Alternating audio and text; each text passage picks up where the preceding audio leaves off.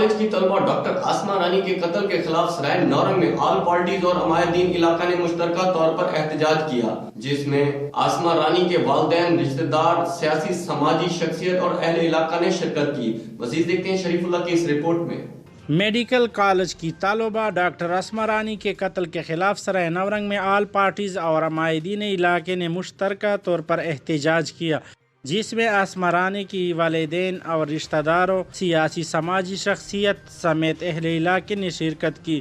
مقررین نے مظاہرین سے خطاب کرتے ہوئے کہا ہے کہ ڈاکٹر عاصمہ رانی کی باہمانہ قتل مجاہد افریدی کی کلی دہشت گردی ہے۔ گرفتار مجاہد افریدی کی رہائی کے لیے حکومتی ارکان عدالتی فیصلوں پر اثر انداز ہو رہے ہیں۔